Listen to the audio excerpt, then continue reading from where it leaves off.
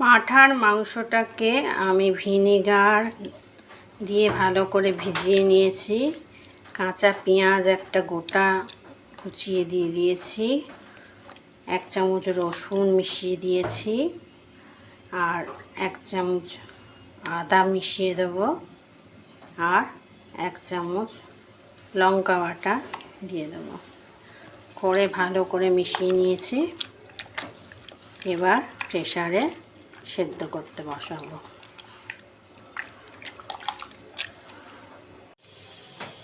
গুঁড়ো হলুদ দিলাম 1 চামচ, আর কাশ্মীরি লঙ্কার গুঁড়ো দিলাম 1/2 চামচ।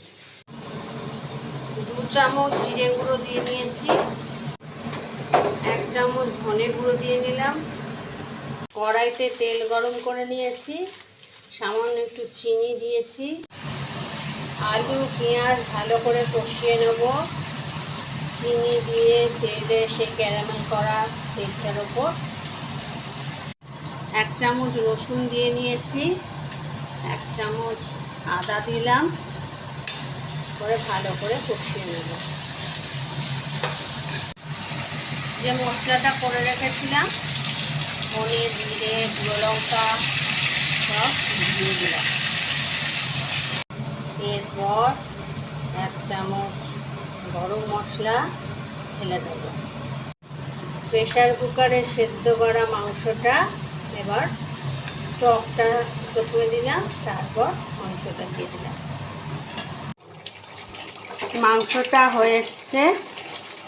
এবার আলুগুলো যেগুলো তুলে রেখেছিলাম সেগুলো দিয়ে দেবো।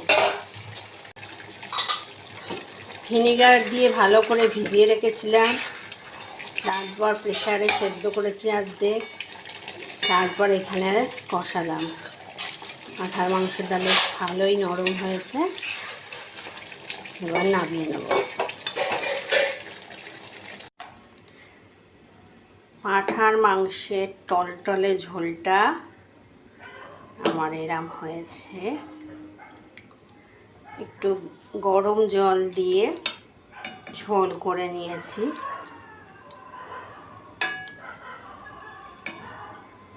এই ঝোল দিয়ে ভাতটা একেবারে সাপটে খাওয়া হয়ে যাবে, আবার রুটিও খাওয়া যাবে।